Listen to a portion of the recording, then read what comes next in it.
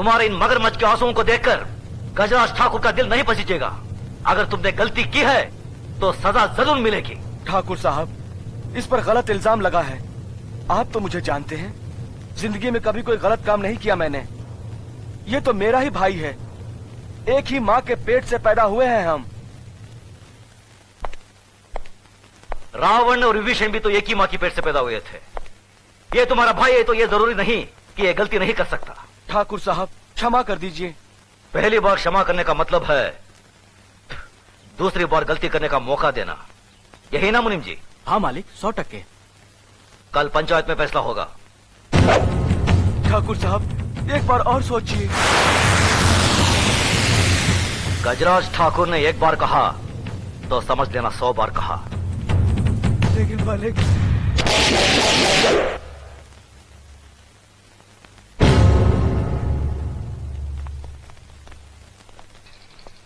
क्या बात है मुनीम जी? नमस्कार ठाकुर साहब। राम राम। मालिक, ये आपसे मिलने आए हैं। मालिक, हमारे हरिजन पाड़ा में आग लग गई, हमारा सब कुछ जलकर राख हो गया। ये तो बड़ी दुख की बात है। मुनीम जी, इन्हें जितना अनाज, कपड़ा और घर बनाने का सामान चाहिए दे दीजिए। जी मालिक। धन्यवाद मालिक। राम राम मालिक। हमारे रामपुर गांव में हमने गरीब बच्चों के लिए एक स्कूल खोला है, आपकी मदद चाहिए। बहुत अच्छा काम किया। मुनीम जी, जी स्कूल के बच्चों के लिए दोपहर का खाना, दूध, किताब, सब चीजों का इंतजाम कर दीजिए। जी, धन्यवाद मालिक। आइए।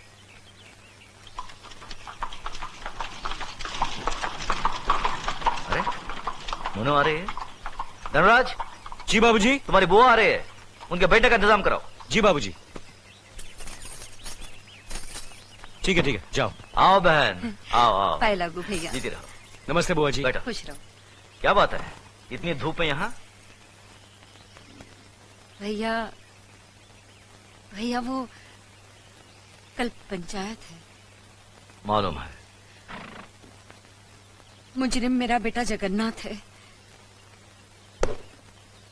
वो भी मालूम है। फैसला आप ही सुनाने वाले हैं। आप मेरे सगे भाई ना होते हुए भी मेरी परवरिश एक सगी बहन की तरह की। मेरी डोली को कांधा दिया और एक माँ बनकर मेरी गोद भराई की रस्म पूरी करके आपने मेरी झोली खुशियों से भर दी। आज उन सारी खुशियों का दारोमदार आपके फैसले पर है भैया। जगन्नाथ अभी नादान है भैया, अच्छे बुरे की उसे समझ नहीं है। उसकी नादानी, नासमझी और बचपने को देखते हुए उसकी इस भूल को आप क्षमादान कर सके तो मैं।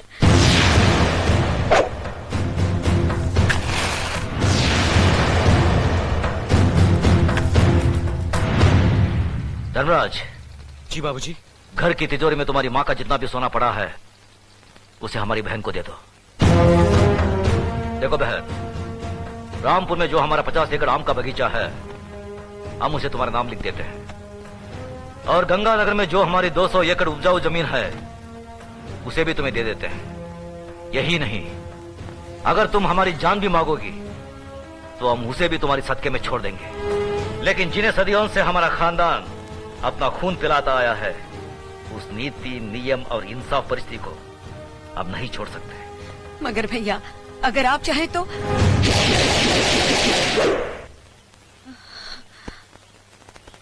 मैं जानती थी भैया कि आप अपने उसूलों और खानदान के आन से नहीं हटेंगे। मैं तो सिर्फ अपने आप को तसल्ली देने आई थी कि अगर मैं आकर आपसे विनती करती तो शायद आप अपना फैसला बदल देते। अपनी औलाद के मामले में माँ बहुत स्वार्थी होती है। अगर मुझसे कोई भूल हो गई हो तो माफ करना भैया।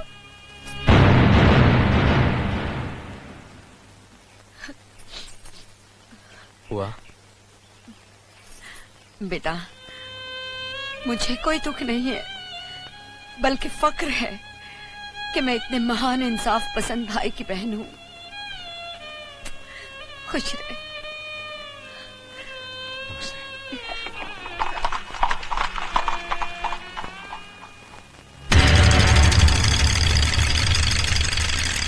अरे रामू, जल्दी से बगी तैयार कर, ठाकुर साहब पंचायत के लिए निकल रहे हैं।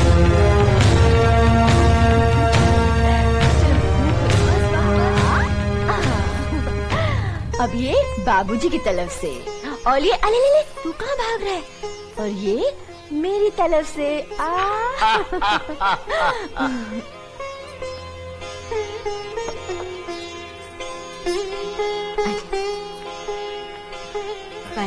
खुश रहो। अर्जुन और नकुल के लिए तुम्हारा प्यार देखकर हमारा दिल बाग बाग हो गया।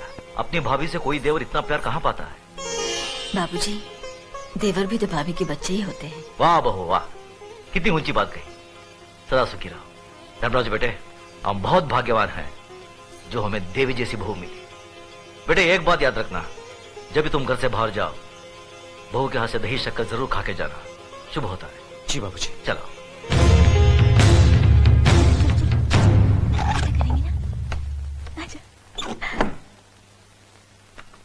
टाटा पिताजी, टाटा पिताजी। चले बाबूजी। चलो।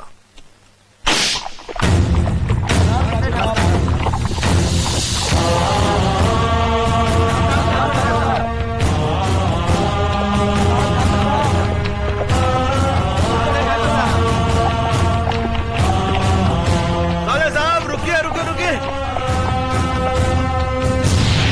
साले साहब, आदमी कितना भी बड़ा क्यों ना हो, अपनी बहन बेटी के दरवाजे के सामने आकर उसका सर झुक ही जाता है। दुआ सलाम ना सही, अंदर आकर जलपान तो करते जाइए। हम इस वक्त बहन के भाई नहीं, पंचायत के सरपंच है। क्या तुम ये भूल गए कि जिस घर का मुकदमा पंचायत में हो, उसका फैसला हो जाने तक हम उस घर का पानी तक नहीं पीते। एक बार फैसला हो जाने दो, उसके बाद साथ बैठकर जी भरकर खाना खाएंगे।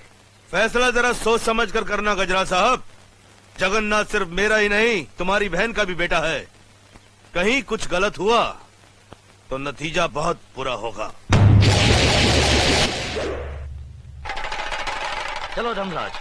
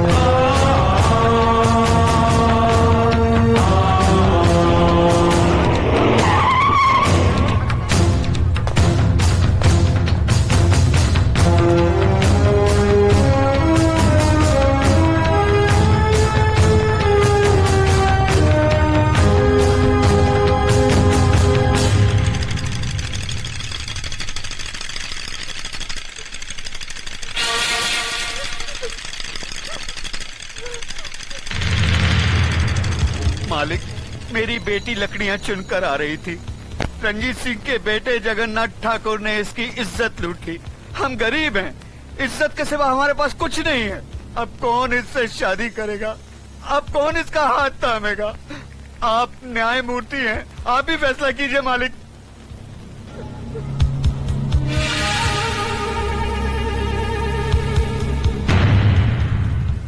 इस बात का कोई चश्मदीद गवाह है? मैं हूँ मालिक। तुम्हारा पायल से कोई रिश्ता है? जी हाँ, मैं इसकी काकी हूँ। तो फिर तुम्हारी गवाही नहीं मानी जाएगी। गवाही सिर्फ उसकी मानी जाएगी जिसने अपनी आंखों से देखा है, लेकिन इस लड़की के खानदान से उसका कोई रिश्ता ना हो। है कोई ऐसा साक्षी, ऐसा गवाह?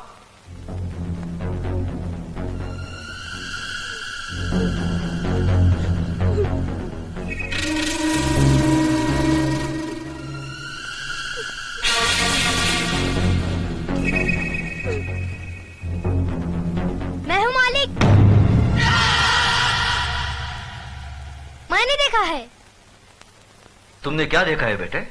मैंने देखा कि ये इस दीदी को जबरदस्ती अपने कंधे पे उठाकर पंपशीट में ले गया और दरवाजा बंद कर दिया। ये बचाओ बचाओ चिल्ला रही थी, मगर वहाँ कोई नहीं था।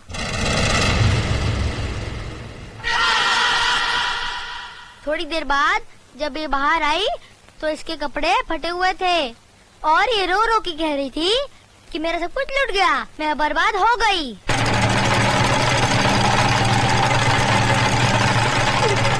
जगन्नाथ, कमीने कुत्ते, तूने इन गरीबों को क्या समझा है? ये वो गरीब मजदूर हैं जिनके खून पसीने की बरकत से हमारी धरती पर हरियाली जागती है। हमारे सर पर जमींदारी का ताज इन्हीं गरीबों की बदौलत है, जिसके बदले में उन्हें 2 वक्त की रोटी 2 गज की चादर मिलती है। और तूने उसी चादर में घुसकर इस गरीब की इज्जत लूट ली। फिर तुझ में और जानवर में क्या फर्क रहा? मुनीम जी, देवी माँ के मंदिर से सिंदूर ले आओ। जी मालिक। पायल, तुम इधर आओ। जिन हाथों से मजबूर करके इस कमीने ने तुम्हारी इज्जत लूटी, आज ये उन्हीं हाथों से तुम्हारी मांग भरेगा, तुम्हें अपनी पत्नी बनाएगा। ये हमारा फैसला है। गजराज, अपना फैसला बदल दे। आंखें मत दिखा। ये नीच जिसके पांव अगर मेरी हवेली के फर्श पर पड़े तो फर्श गंदा हो जाए, इस 2 टके की लड़की को तुम मेरे घर की बहू बना रहे हो। तो नहीं जानता, जमींदारों में तो ऐसी बातें होती ही रहती हैं। मजदूर औरतों और मालिकों के बीच में ऐसे खेल तो अक्सर होते रहते हैं। कोई अपनी बीवी नहीं बनाता उन्हें। खामोश! मजदूर औरतों की इज्जत जमींदारों के बाप दादाओं के कोई जागीर नहीं होती जिसे वो अपनी मनमानी करे, रोन दे, कुचले। इज्जत इज्जत होती है, चाहे वो किसी ठाकुर की बेटी हो या किसी मजदूर की। पागल हो गया तू? तुझे इंसाफ करने की अकल नहीं है। तेरा अंजाम बहुत बुरा होगा गजराज।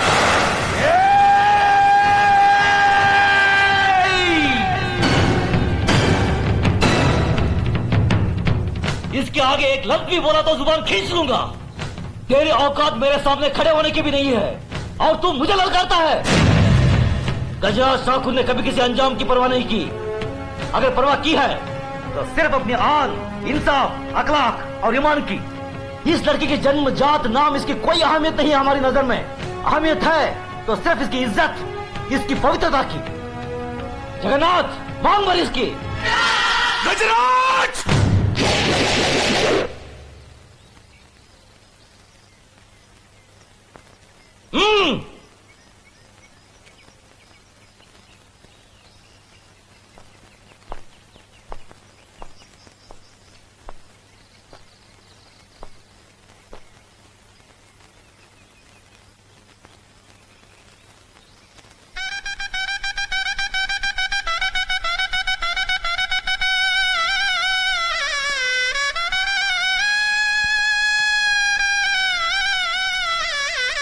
सदा सकीर हो बेटी। जगन्नाथ, अगर तुमने इसे कोई तकलीफ दी तो हमसे बुरा कोई नहीं होगा।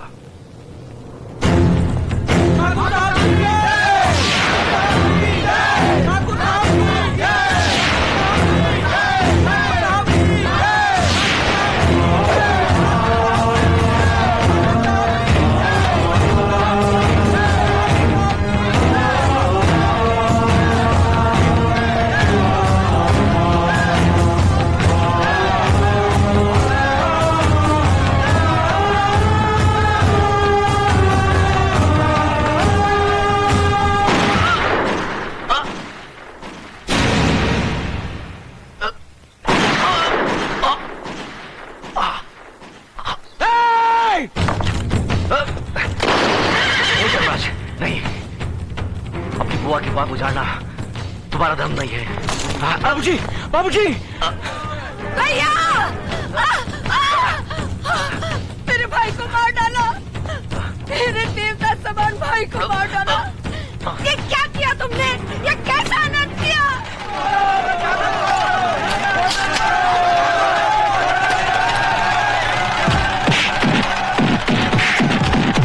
रुक जाओ, छोड़ दो उसे।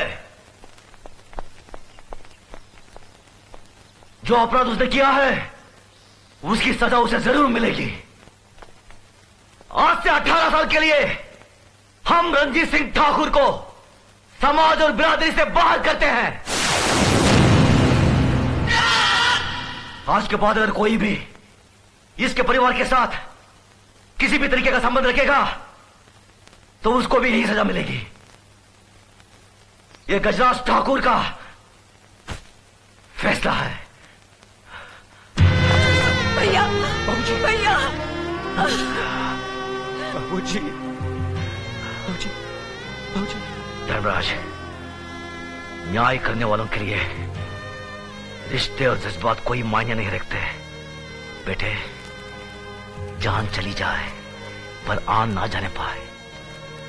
जान देकर जो आन की रक्षा करता है वही न्यायाधीश इंसाफ के आकाश की बुलंदी को छूता है।